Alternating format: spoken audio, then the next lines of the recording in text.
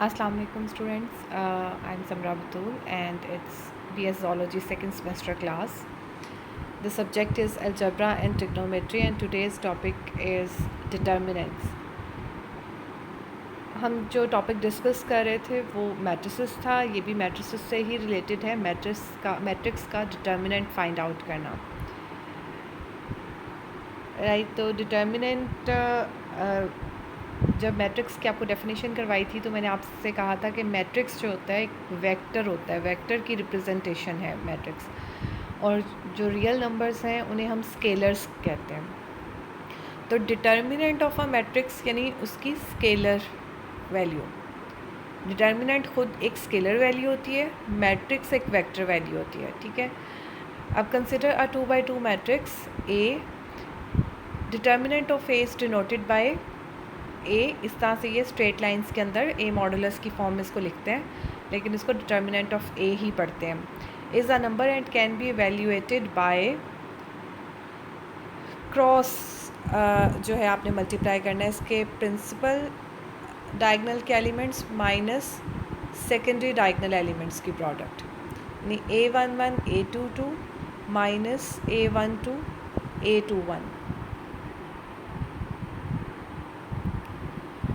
Easy to remember for order 2 only. मतलब अगर दो ऑर्डर 2 का क्या मतलब है, एक square matrix of order 2x2।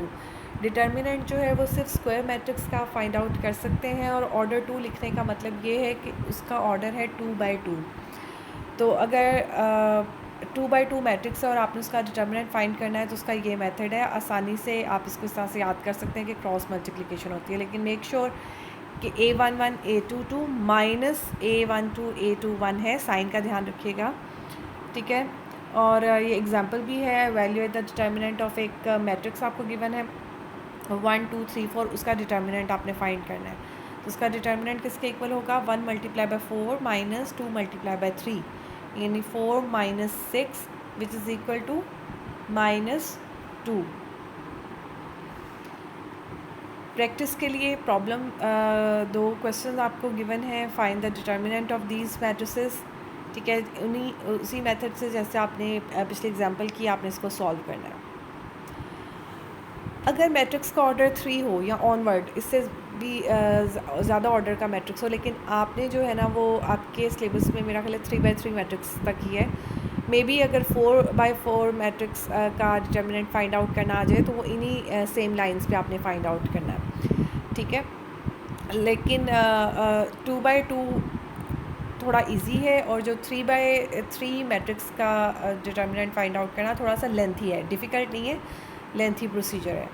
और उसका मेथड क्या है, consider an example A is equal to, ये डिटर्मिनेंट आपको गिवन, मैट्रिक्स आपको गिवन है ऑर्डर 3 का। Its determinant can be obtained by, determinant लेने के लिए आपने कोई एक रो या कॉलम जो है उसको सिलेक्ट कर लेना है। मसलन जैसे मैंने इस एग्जांपल में थर्ड कॉलम को सिलेक्ट किया, ठीक है। कोई सा भी एक रो या एक कॉलम आपने सेलेक्ट कर लेना है। जैसे एग्जांपल में थर्ड कॉलम को सिलेक्ट किया गया। अब आपने थर्ड कॉलम का आपने सेलेक्ट कर लिया, आपने सबसे पहले लिखना है 3, उसका फर्स्ट एलिमेंट। अब 3 जहाँ पे मौजूद है ना, उस रो और उस कॉलम को काट देना है, और जो बाकी बच जाएंगे नंबर्स उनको डिटर्मिनेंट की फॉर्म में लिख लेना है, ठीक है। 3 की रो और 3 का कॉलम, यानी फर्स्ट और थर्ड कॉलम आपने काट दी, और पीछे आपके पास क्या बच गया, 4 5 7 8, इसको लिख दिया आपने डिटर्मिनेंट की फॉर्म में। दरमियान में आएगा माइनस का साइन, फिर लिखेंगे हम 6 लिखने के बाद अब 6 की रो और 6 का कॉलम ख़त्म कर देना है, और जो बाकी बच जाएंगे यानी 1 2 और 7 8 आपने इसको डिटर्मिनेंट की फॉर्म में लिख लेना है। अगेन +9 और 1 2 4 5। अच्छा, अब इसमें बाकी जो है डिटर्मिनेंट लेने का वही प्रोसीजर है जो 2x2 का है, उसको सॉल्व कर लेना और फाइंड आउट कर लेना है। एक चीज़ जो 3x3 मैट्रिक्स में है वो ये है कि आपने कॉलम या कोई रो सेलेक्ट करनी है जिसके विद रिस्पेक्ट टू आपने एक्सपेंड करना है, और जैसे यहाँ पर थर्ड कॉलम आपने सेलेक्ट किया, 3 लिखा, तो सेकंड वाले के साथ -6 माइनस आना है सेकंड एलिमेंट के साथ, राइट। तो आप यहाँ पर थर्ड कॉलम का आसान था लेना, इसलिए थर्ड कॉलम मैंने सेलेक्ट कर लिया, लेकिन आप जो है आप फर्स्ट रो के विद रिस्पेक्ट इसको एक्सपेंड करें और चेक कीजिएगा आपका आंसर सेम ही आएगा। तो आपको अगर आ जाता है तो आपने फ़र्स्ट रो या थर्ड कॉलम के ज़रिए ही इसको एक्सपेंड करना है, राइट। आप क्योंकि फिर अगर आप चेंज करेंगे तो आपका प्लस माइनस के साइन का मसला आ जाएगा, तो आप वो ना लीजिएगा, आप इसको इस तरह से एक्सपेंड कर लीजिएगा, ठीक है। और ये प्रैक्टिस के लिए 2 क्वेश्चंस हैं आपके पास, 3x3 ऑर्डर के डिटर्मिनेंट्स आपने फाइंड आउट करने हैं, सेम उन्हीं लाइंस पे जैसे एग्जांपल सॉल्व की। फिर मैं आपको एक दफ़ा याद करवा दूं कि आपने with respect to first row या with respect to third column expand करना है। A useful technique for evaluating 2x2 and 3x3 determinant, और इसी यूज़फुल टेक्निक को यूज़ करते हुए आप 4x4 का भी फाइंड आउट कर सकते हैं। उसका मेथड क्या है? Determinant of 2x2 and 3x3 matrices can be evaluated very efficiently using the pattern. जैसे आपने 2x2 का डिटर्मिनेंट फाइंड आउट किया, इसी तरह अगर आप 3x3 का डिटर्मिनेंट भी उसी तरह फाइंड आउट करना चाहते हैं तो उसका मेथड ये है कि आपने मैट्रिक्स को एज इट इज़ लिखा, उसके आगे उसका फर्स्ट कॉलम और फिर उसके आगे उसका सेकंड कॉलम लिख लेना है।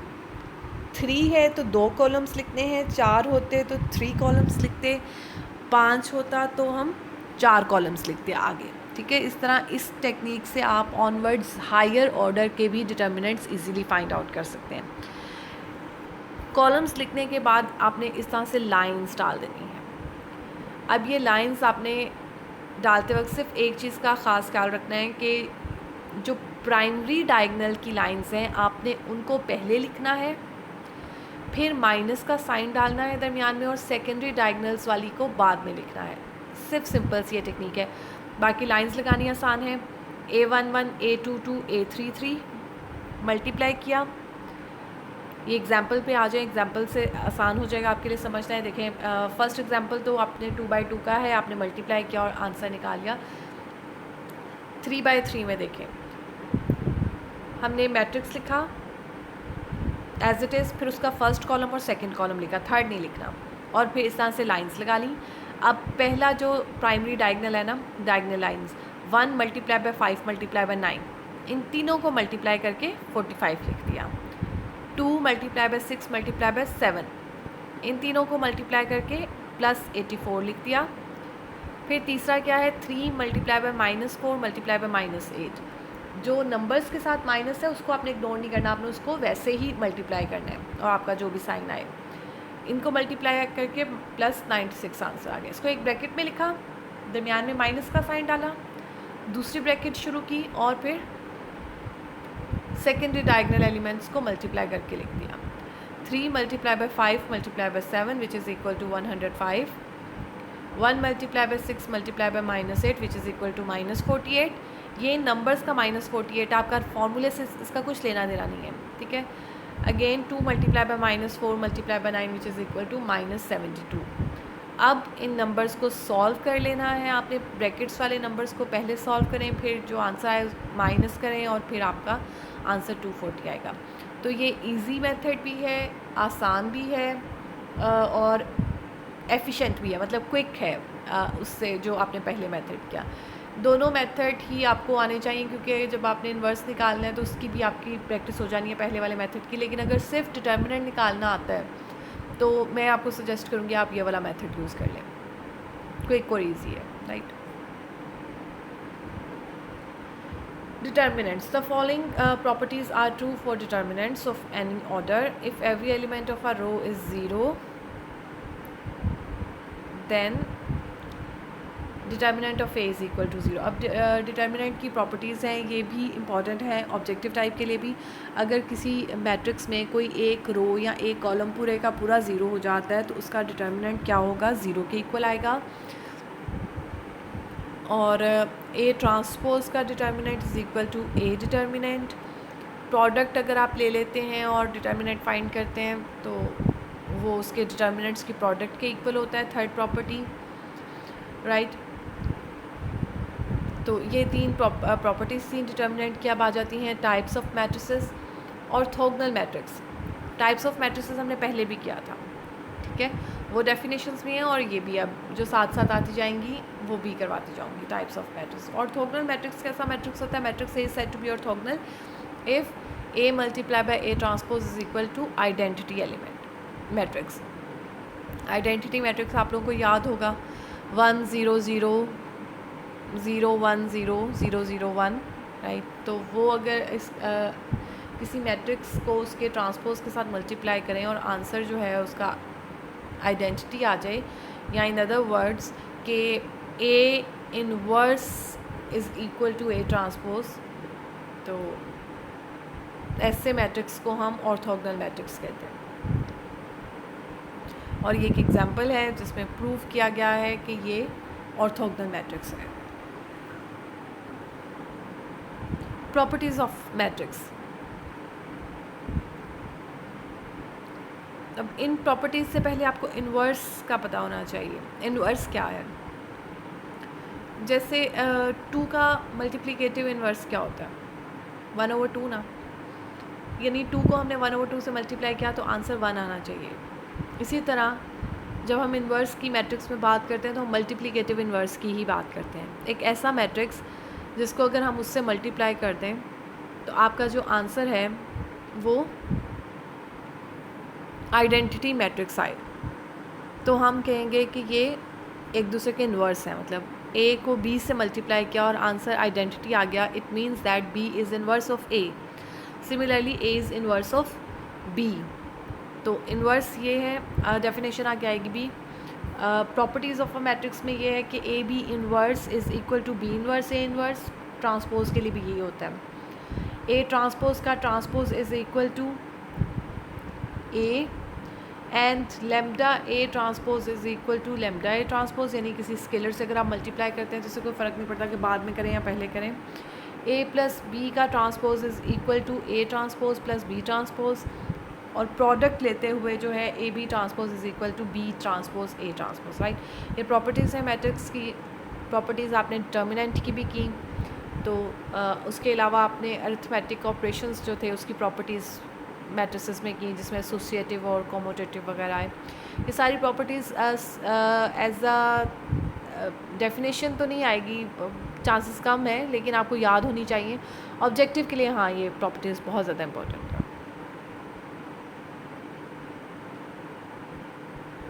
Now the topic is application of matrices.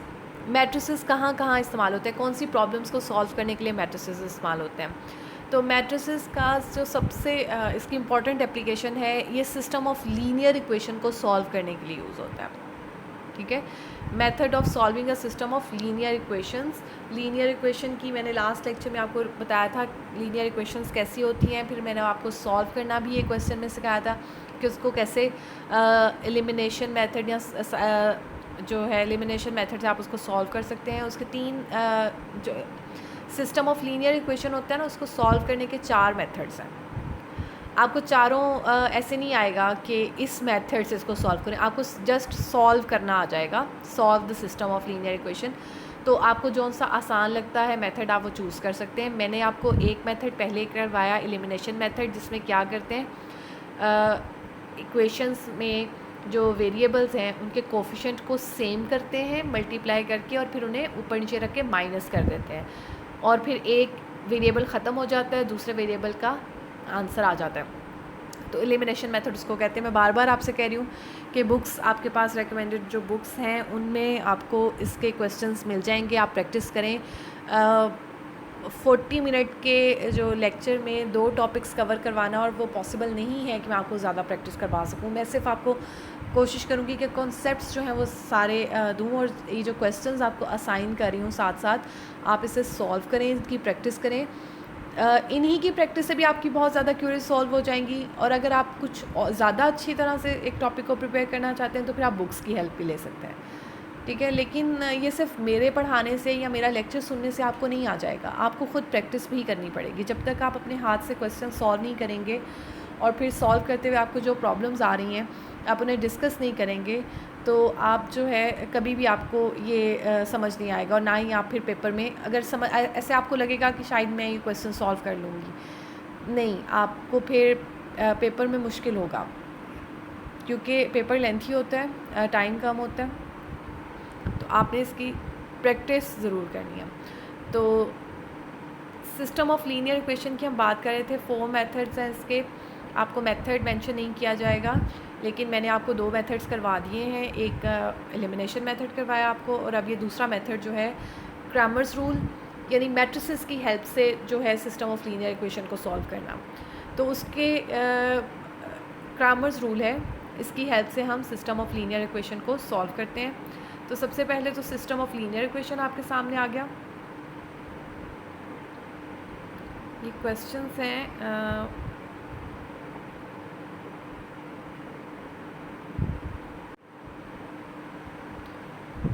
जी, ये कुछ क्वेश्चंस हैं जो क्रैमर्स रूल जब आप सीख लेंगे तो आपने उसको, इन क्वेश्चंस को क्रैमर्स रूल की मेथड से सॉल्व करना है, ठीक है। ये स्लाइड्स आपके पास हैं, 7 क्वेश्चन स्लाइड पे हैं, 10 क्वेश्चन स्लाइड पे हैं। ये सारे क्रैमर्स रूल मैं आपको सिखाती हूँ, फिर उसके बाद जो है आपने इसकी प्रैक्टिस करनी है। Introduction. Cramer's rule is a method for solving linear simultaneous equations. It makes use of determinants, and so knowledge of these is necessary before proceeding. Cramer's rule relies on determinants. Cramer rule, you can use determinants to solve the system of linear equations. You use the coefficient matrix of the linear system. Linear system कैसा है, ये given है, ax plus by is equal to e, cx plus dy is equal to f, 2 equations का linear system given है आपको। उसका coefficient matrix क्या है, जो x और y के coefficient है उनका matrix। तो ये कुछ टर्म्स हैं जो यूज़ होंगी, वो यहाँ पे डिस्कस की गई हैं। जी, लीनियर सिस्टम ये देखें आप, ax plus B Y is equal to E, C X plus D Y is equal to F, 2 equations आपको गिवन है और आपने इनको सॉल्व करना है। ये 2 इक्वेशंस या 3 इक्वेशंस और 3 वेरिएबल्स, इस तरह से आपको जो इक्वेशंस इकट्ठी दी जाती हैं उसे हम सिस्टम ऑफ लीनियर इक्वेशंस कहते हैं। और कोफिशिएंट मैट्रिक्स हम किसको कहते हैं, जो ये वेरिएबल्स के कोफिशिएंट है ना, एक्स का कोफिशिएंट है, इसको लिखने को इसको अलग से लिख लेते हैं और इसको कोफिशिएंट मैट्रिक्स कहा जाता है। वेरिएबल्स का एक मैट्रिक्स बना लेते हैं एक्स वाई, और एक मैट्रिक्स होता है कांस्टेंट का मैट्रिक्स ई और एफ, ठीक है। तो इस तरह से इसको सॉल्व करते हैं। इसको सॉल्व करने का जो है जी, एग्जाम्पल से आपको ज़्यादा अच्छे से समझ आएगी। क्वेश्चन है आपका, solve the system 8x plus 5y is equal to 2 and 2x minus 4y is equal to minus 10। ये 2 इक्वेशंस हैं और 2 वेरिएबल्स इन्वॉल्व हैं। आपने इस सिस्टम को सॉल्व करना है बाय यूजिंग क्रैमर्स रूल। तो सबसे पहले आपने क्या बनाना है, कोफिशिएंट मैट्रिक्स। x का कोफिशिएंट है 8, y का 5, फिर 2 और -4, ये आपका मैट्रिक्स बन गया। तो coefficient matrix is 8, 5, 2, -4। The first step is you have to find the determinant of this matrix. अगर डिटर्मिनेंट जो है आपका नॉन ज़ीरो आ जाता है, अगर ज़ीरो आ जाता है तो आपने कहना है कि नॉट पॉसिबल, क्रैमर्स रूल से नहीं ये कर सकते आप, ठीक है।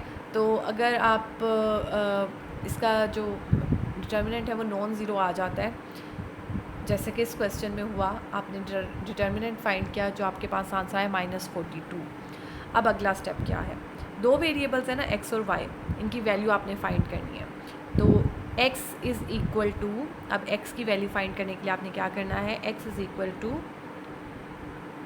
2 और -10, यानी जब हमने पहले वेरिएबल की वैल्यू फाइंड करनी है तो पहले कॉलम की जगह आपकी कांस्टेंट वैल्यूज़ आ जाएंगी, जो राइट साइड पे है ना इक्वेशंस के, वो वैल्यूज़ आ जाएंगी। तो 2 और -10 आ जाएगा, आपका फर्स्ट कॉलम बन जाएगा, सेकंड कॉलम आपका एज इट इज़ रहेगा, और ओवर आपका वो डिटर्मिनेंट आ जाएगा। ये भी, इसका भी आपने डिटर्मिनेंट फाइंड करना है, और जो वैल्यू आएगी वो x का आंसर होगा। सोल्यूशन क्या होता है, किसी भी सिस्टम का या इक्वेशन का जो सोल्यूशन होता है, x और y की वैल्यू, वो ऐसी वैल्यूज़ होती हैं जो अगर आप इसमें पुट करें, यानी x की जगह पे वो वैल्यू लिखें और y की जगह पे वो वैल्यू लिखें, तो आपकी इक्वेशन को सेटिस्फाई करेंगी। मतलब जैसे मैं फॉर एग्ज़ाम्पल आपसे कहती हूँ जी ये आपने आंसर निकाला, ये देखें x इज़ इक्वल टू -1 आ गया, y इज़ इक्वल टू 2 आ गया। अब ये x और y की जो वैल्यूज़ हैं -1 और 2, ये ऐसी वैल्यूज़ हैं कि अगर आप इन्हें इक्वेशन में पुट करें तो इक्वेशन सेटिस्फाई होगी। अगर x की जगह पे पहली इक्वेशन में x की जगह पे -1 डाल दिया तो क्या आ गया -8, और y की जगह पे 2 पुट करेंगे तो आ गया 10। -8 + 10 क्या होता है 2, तो राइट हैंड साइड और लेफ़्ट हैंड साइड बराबर आ गई। तो सोल्यूशन आपने एक तो फाइंड आउट करना है, और अगर आप चेक करना चाहते हैं कि आपका आंसर ठीक आया है या नहीं, तो आपने उसको किसी एक इक्वेशन में पुट करके चेक कर लेना है। अगर वो सेटिस्फाई होता है, यानी दोनों साइड्स बराबर हो जाती हैं, इट मीन्स आपका सोल्यूशन जो है वो ठीक है।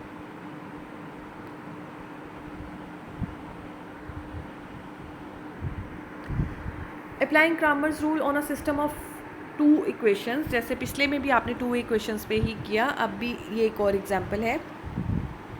2x - 3y is equal to -16, 3x + 5y is equal to 14।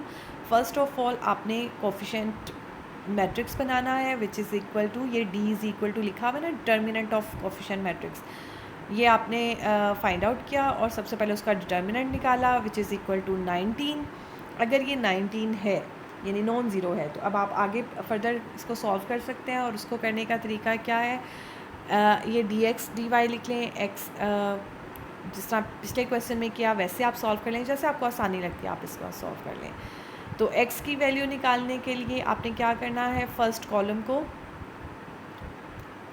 Replace कर देना है कांस्टेंट वैल्यू से, और y की वैल्यू निकालने के लिए आपने सेकंड कॉलम को रिप्लेस कर देना है कांस्टेंट वैल्यू से। ये जस्ट लिखने का तरीका है, आप जिस तरह मर्ज़ी लिखें, बस आपका जो है वो सही होना चाहिए आंसर, राइट।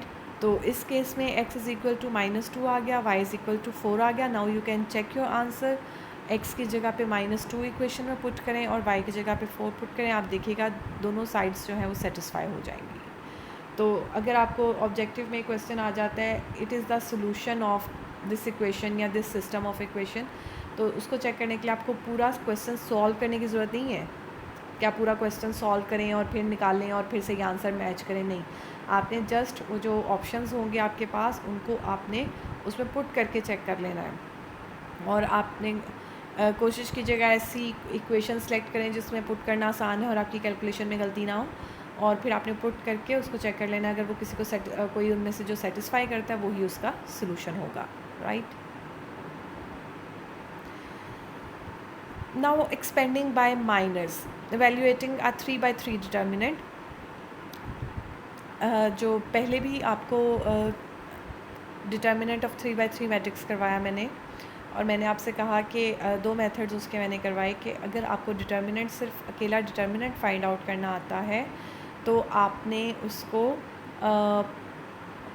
एरोज़ वाले मेथड से सॉल्व कर लेना है, ठीक है, क्योंकि उसमें वो क्विक है, इजी है। लेकिन जो उससे पहले मेथड करवाया आपको जिसमें एक्सपेंड करने का कहा कि एक्सपेंड करें फर्स्ट रो या थर्ड कॉलम से, वैसे तो आप किसी से भी कर सकते हैं, लेकिन मैं आपको सजेस्ट करूँगी क्योंकि प्लस माइनस का साइन लगाना थोड़ा डिफ़िकल्ट हो जाता है, तो मैं आपको कहूँगी कि आप सेकंड रो और सेकंड कॉलम के विद रिस्पेक्ट टू एक्सपेंड ना कीजिएगा, क्योंकि फिर आपने प्लस माइनस में कंफ्यूज हो जाना है। आप फर्स्ट रो से विद रिस्पेक्ट टू कर सकते हैं, थर्ड रो के विद रिस्पेक्ट टू कर सकते हैं, इसी तरह फर्स्ट कॉलम और थर्ड कॉलम के विद रिस्पेक्ट टू कर सकते हैं, और उसका आपको तरीका भी बताया। ये उसी की प्रैक्टिस है क्योंकि आगे हमने इन्वर्स सीखना है, तो इसको हम रिवाइज़ कर रहे हैं। तो इस जो एग्ज़ाम्पल है इसमें आपने with respect to first row आप एक्सपेंड कर रहे हैं, तो फर्स्ट रो का फर्स्ट एलिमेंट आपने लिया 1 लिख लिया, 1 की रो और कॉलम पे लाइन लगा दें, यहाँ हाथ रख लें। जो बाकी नंबर्स बचें उनको आप डिटर्मिनेंट की फॉर्म में लिख लें, 0 3 2 3। इसका डिटर्मिनेंट फाइंड करें, इसका डिटर्मिनेंट निकालना आसान है, 0 - 6 विच इज़ इक्वल टू -6, ठीक है। अगला स्टेप क्या है, -3 लिखें। ये जो -3 है, माइनस जो है वो फॉर्मूले का है और 3 जो वैल्यू इसकी थी वो आ गई। फॉर्मूले का माइनस आपने लाजमी लिखना है, अगर वैल्यू के साथ अपना माइनस है तो वो भी लिखें और वो दोनों एक दूसरे को कैंसिल कर देंगे, लेकिन ये फॉर्मूले का माइनस है। यानी पहली वैल्यू पॉजिटिव, फिर नेगेटिव, फिर पॉजिटिव, राइट। और फिर वही तरीका है कि 3 जहाँ जिस रो जिस कॉलम में है उसको आपने एलिमिनेट कर देना, यानी उस पर हाथ रख देना, स्किप कर देना है, और जो बाकी एलिमेंट्स बचेंगे उसका आपने डिटर्मिनेंट फाइंड आउट कर लेना है। और ये जो प्लस तो फॉर्मूले का था और -2 वहाँ नंबर था, वो आपने एज इट इज़ लिखा और इसको सॉल्व किया और आपने डिटर्मिनेंट फाइंड आउट कर लिया, राइट। इसको एक्सपेंडिंग बाय माइनर्स या को फैक्टर्स कहते हैं, राइट। इसको एक्सपेंडिंग बाय माइनर्स या को माइनर्स क्या है, को फैक्टर्स क्या हैं, ये मैं आपको इसी लेक्चर में बताऊंगी, क्योंकि इस लेक्चर में हम इंशाल्लाह पूरी कोशिश करेंगे कि मैट्रिसेस का जो टॉपिक है वो हमारा ख़त्म हो जाए। मैट्रिसेस में आपके क्या क्या इंक्लूड है, मैट्रिक्स की definition, types of matrix, arithmetic operation on matrix जिसमें एडिशन सब्ट्रैक्शन है, स्केलर मल्टीप्लिकेशन है, मल्टीप्लिकेशन है, फिर डिटर्मिनेंट, फिर सोल्यूशन ऑफ लीनियर इक्वेशंस और solution of system of linear equations, और उसके अलावा आपका इंक्लूड है finding inverse of a matrix. तो सिस्टम ऑफ लीनियर इक्वेशन को दो तरीके से सॉल्व किया जा सकता है, क्रैमर रूल से भी किया जा सकता है, इन्वर्स से भी किया जा सकता है। लेकिन अगर आपसे कहा नहीं जाता कि आप इस मेथड से करें तो मैं आपको सजेस्ट करूँगी कि आप क्रैमर्स रूल से करें, वो आपके लिए ज़्यादा आसान होगा, ठीक है। इसी तरह अगर सिर्फ डिटर्मिनेंट फाइंड आउट करना आता है 3x3 मैट्रिक्स का, तो आपने एरो वाला मेथड फाइंड करना है, यूज़ करना है, ठीक है। उससे आपका क्वेश्चन आसान हो जाएगा और जल्दी ख़त्म हो जाएगा। लेकिन अगर आपको इन्वर्स निकालना आता है 3x3 मैट्रिक्स का या 2x2 मैट्रिक्स का, तो 2x2 मैट्रिक्स का और मेथड है, 3x3 का और है, ये अब हम डिस्कस करेंगे।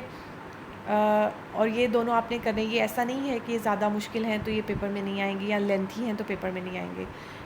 ये पेपर में आने के काफ़ी ज़्यादा चांसेस होते हैं इन्वर्स ऑफ अ मैट्रिक्स निकालना, और वो भी 3x3 का। तो आसान वाला तो छोड़ना ही नहीं चाहिए, क्योंकि वो तो हमारे हाथ में होता है कि अगर ये पेपर में क्वेश्चन आ जाए तो इजीली हो जाएगा, और मुश्किल ये है कि अगर मुश्किल आ गए तो फिर, इसलिए आपने सारा अच्छे से प्रैक्टिस करनी है। मैट्रिसेस की प्रैक्टिस ज़्यादा से ज़्यादा करेंगे तो ही आप क्वेश्चन उसका सॉल्व कर सकेंगे, क्योंकि मैट्रिक्स में लेंथी क्वेश्चन होता है और उसमें मिस्टेक के चांसेस होते हैं। Using Cramer's rule to solve a system of 3 equations, यानी क्रैमर्स रूल, अभी जो आपने पहले 2 एग्जांपल्स के उसमें 2x2 2 इक्वेशंस और 2 वेरिएबल्स थे ना, यहाँ पर अब 3 इक्वेशंस का है और आप क्रैमर्स रूल आपने अप्लाई करना है। क्रैमर्स रूल में क्या है, डिटर्मिनेंट्स लेते हैं आप, ऐसे ही है ना, डिटर्मिनेंट लेते हैं पहले कोफिशिएंट मैट्रिक्स का, फिर अगर आपने x फाइंड करना है तो फर्स्ट कॉलम को रिप्लेस किया लेकिन डिटर्मिनेंट ही निकाला, y की वैल्यू फाइंड करनी है तो सेकंड डिटर्मिनेंट कॉलम को रिप्लेस किया लेकिन डिटर्मिनेंट। तो जो डिटर्मिनेंट लेना है ना वो आपकी मर्ज़ी है, आप एक्सपेंड करके लें माइनर या को फैक्टर मेथड से, या आप वो एरो वाले मेथड से करें, it's totally up to you, और दोनों मेथड ठीक होंगे, आंसर आपका ठीक आएगा, ठीक है। तो क्रैमर्स रूल में जिसकी आपकी ज़्यादा प्रैक्टिस होगी आप वो वाला मेथड यूज़ कीजिएगा, राइट।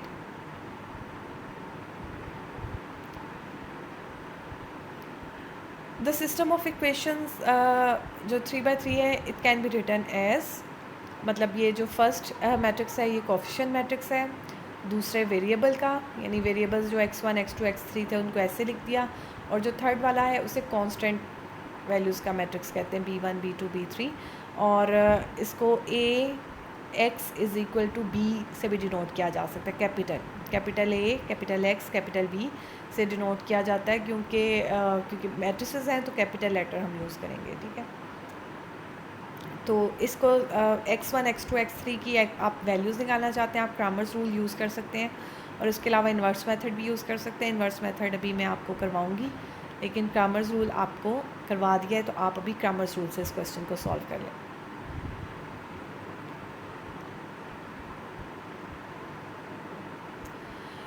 एग्ज़ाम्पल जो समझाना है, जो फार्मूला वगैरह बताना है वो मैंने 2x2 जो 2 इक्वेशंस का सिस्टम था उसमें आपको एक्सप्लेन कर दिया। अब जो 3 इक्वेशन का सिस्टम है उसको सॉल्व करने के लिए हम डायरेक्ट एग्जांपल पर आ गए। तो ये आपके पास क्वेश्चन है और आपने इसको सॉल्व करना है। Consider the following equations, find the solution. अब सोल्यूशन फाइंड करना है या solve the following equation system अगर आपको आ जाता है तो उसने मेंशन नहीं किया कि आपने कौन सा मेथड यूज़ करना है, तो हम क्रैमर्स रूल इसमें यूज़ करेंगे। फर्स्ट ऑफ ऑल आप अपने सिस्टम को A X is equal to B की फॉर्म में लिख लें, जैसे कि यहाँ पे लिखा हुआ है ए क्या है, कोफिशेंट वैल्यूज़ का मैट्रिक्स, एक्स क्या है, वेरिएबल्स x1 x2 x3 का मैट्रिक्स, और बी क्या है, कांस्टेंट वैल्यू का मैट्रिक्स। 30 मिनट्स हो गए आपके लेक्चर के जी। तो आपने क्रैमर्स रूल यूज़ करें तो first of all determinant find करेंगे कोफिशेंट मैट्रिक्स का, तो d is equal to determinant आपने फाइंड किया कोफिशेंट मैट्रिक्स का, और वो आपके पास क्या आ गया, 3 - 336, नॉन ज़ीरो वैल्यू आ गई, वेरी गुड। तो अब आपने क्या फाइंड करना है, d1 क्या है, x के लिए, पहले वेरिएबल के लिए हम d1 निकालते हैं। d1 का मतलब है कि आपने फर्स्ट कॉलम को कांस्टेंट से रिप्लेस कर देना है, राइट।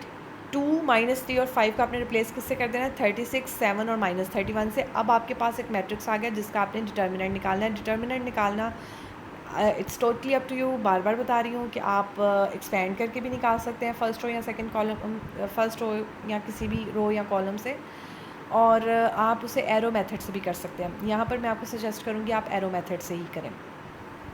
एरो मेथड से आप जब सॉल्व करेंगे तो ये वैल्यू आपके पास आ गई -672।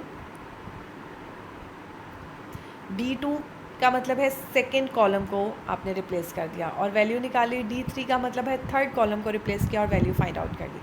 अब आ जाते हैं वेरिएबल्स की वैल्यू, चाहे वो x y z हो या x1 x2 x3 हो, इससे कोई फ़र्क नहीं पड़ता। पहला वेरिएबल जो है x1 क्या होगा, d1/d, x2 क्या होगा, d2/d, और x3 क्या होगा, d3/3 d, और ये आपकी वैल्यूज़ आ गई 2 -3 और 4। तो आपका सोल्यूशन क्या आ गया, 2, -3 और 4। आप इस तरह से इसको लिख देना है, और आप चेक करने के लिए कि आपका आंसर ठीक है या नहीं, आप इसे किसी इक्वेशन में पुट करके चेक कर सकते हैं।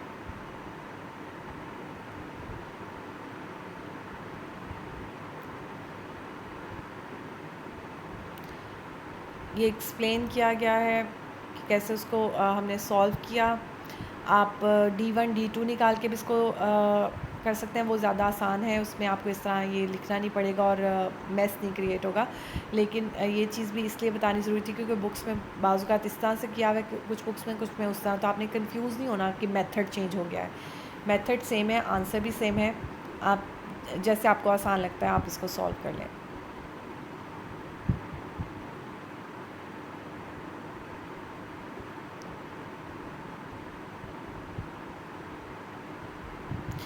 G. Not all systems have a definite solution. If the determinant of the coefficient matrix is 0, a solution cannot be found using Cramer's rule because of division by 0. When the solution right, अगर determinant 0 हो जाता है तो हम Cramer rule से उसको solve नहीं कर सकते। तो when the solution cannot be determined, one of two condition exist. The planes craft ये आप रहने दें, यानी सोल्यूशन आप क्रैमर्स रूल से आप फाइंड आउट नहीं कर सकते। Minors and cofactors, calculate the minors of all the element of given matrix, calculate the cofactor questions पहले स्लाइड में आ गया है, और माइनर और को फैक्टर फाइंड आउट करना आपको बाद में सिखाती हूँ।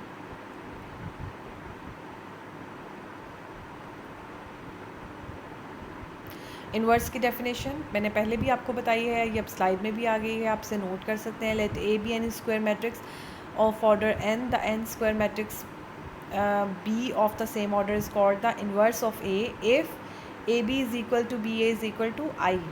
ठीक है, और इन्वर्स को किससे डिनोट करते हैं, A इन्वर्स, इस तरह ये सुपरस्क्रिप्ट में होता है।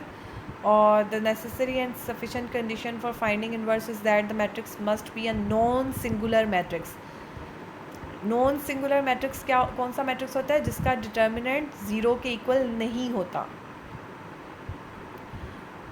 नॉन ज़ीरो होता है। जिसका डिटर्मिनेंट नॉन ज़ीरो हो उसे नॉन सिंगुलर कहते हैं, और जिसका डिटर्मिनेंट ज़ीरो होता है उसे सिंगुलर मैट्रिक्स कहते हैं। ये भी आपने याद रखना, टाइप ऑफ मैट्रिक्स में है, इम्पॉर्टेंट है ये भी।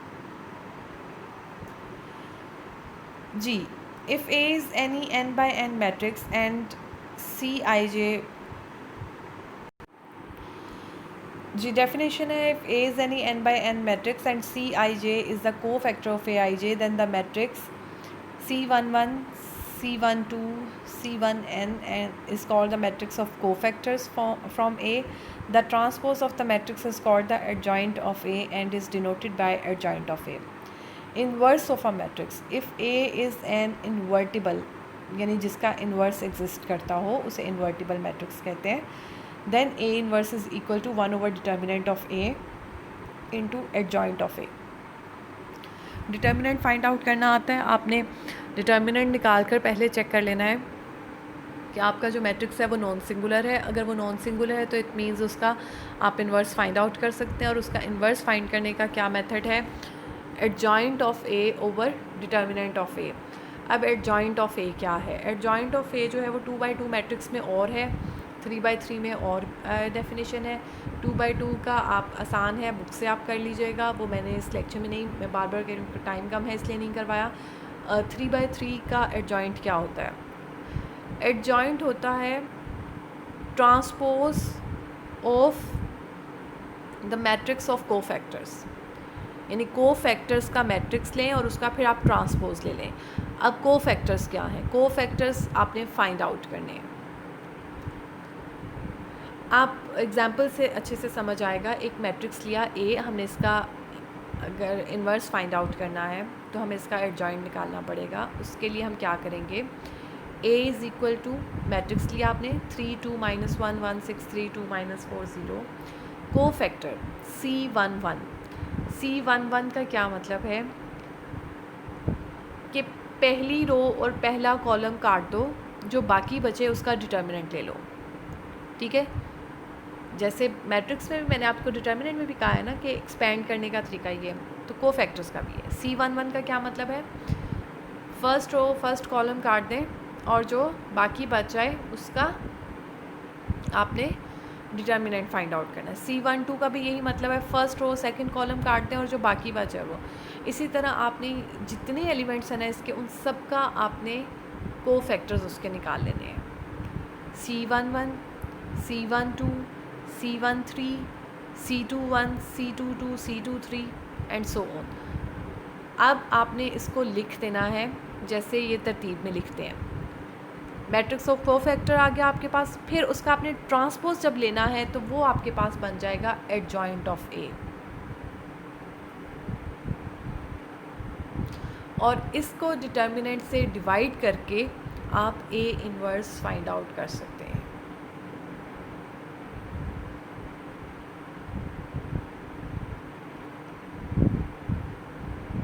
अगेन बता देती हूँ आपको. C11 का क्या मतलब है? फर्स्ट और फर्स्ट कॉलम को काट के आपने 1 2 जो बाकी बचेंगे उसका आपने डिटर्मिनेंट लेके लिख देना है. C12, C13 इससे आपने फाइंड आउट करना है. अच्छा, एक चीज़ और इसमें है, ये जब आपने फाइंड आउट कर लिया ना, इससे आपने तरतीब से लिख देना है. फिर आपने इसके साथ प्लस माइनस का साइन डालना है.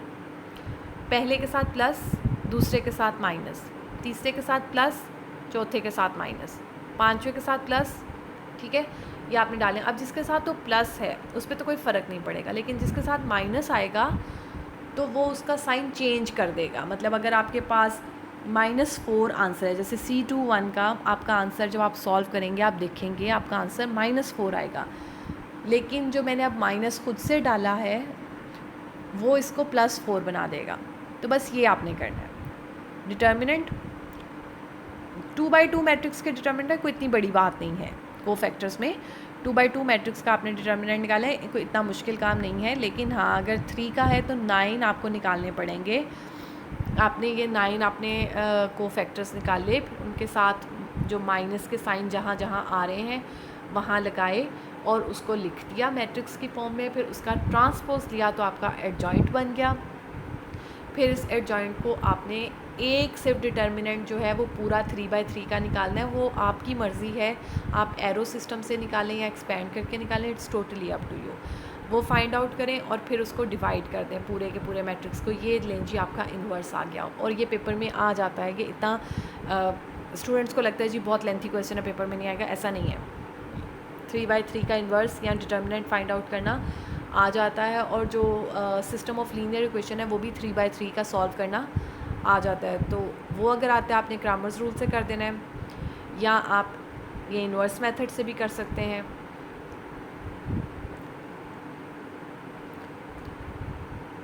जी, ये एक एग्जांपल है जिसमें एडजॉइंट ऑफ ए निकाला गया है। एडजॉइंट ऑफ ए निकालने का क्या, ये जो पिछली एग्जांपल थी ना जिसमें को फैक्टर्स मैंने आपसे कहा निकाले, इसमें निकाले हुए हैं। We first compute the cofactors of A, we have A11 is equal to, ये मेथड वो है जो बुक्स में है -1 की पावर, लेकिन मैंने आपको आसान तरीका बता दिया कि आपने को फैक्टर्स निकालने हैं और फिर उसके साथ तरतीब से एक के साथ प्लस दूसरे के साथ माइनस लगाते जाना है, और आपका जो है एडजॉइंट निकालना आसान हो, बजाय इसके कि आप इस तरह से मल्टीप्लाई करें, रहने दें, ठीक है, और ये आपका आंसर आ जाएगा। इसमें 964, हाँ जी, दूसरा है 3 2 -1 और ये 3 -2 1, ये दो डिफरेंट एग्जांपल्स हैं, इसको सॉल्व कीजिएगा, अपने आंसर्स को टैली कर लीजिएगा, राइट।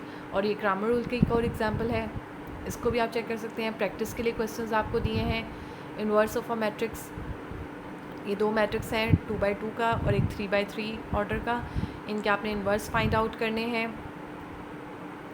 41 मिनट्स हो गए हैं जी, लेक्चर आपका लंबा हो गया ज़्यादा, लेकिन आपका टॉपिक भी ये जो है वो ज़्यादा लेंथी था।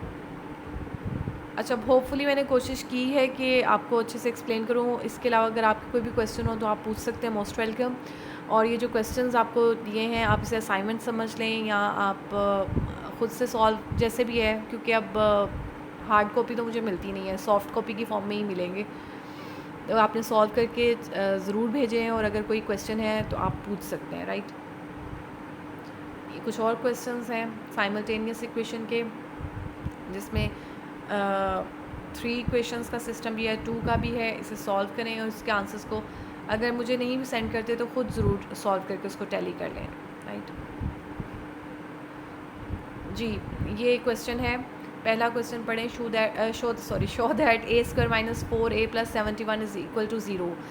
तो मैंने आपको ये पहले भी आई थिंक सो एक स्लाइड में इस तरह का क्वेश्चन आया था, तो मैंने आपसे कहा था कि a² का मतलब है a को 2 टाइम्स मल्टीप्लाई कर देना, और इस तरह से I का मतलब है आइडेंटिटी मैट्रिक्स, आपने इसको सॉल्व करना है, और इसके अलावा हैंस डिड्यूस A इन्वर्स और A इन्वर्स भी निकालना है।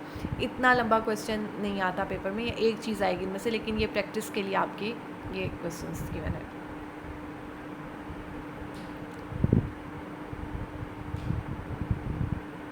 ओके जी, thank you so much, take care, अल्लाह हाफ़िज़।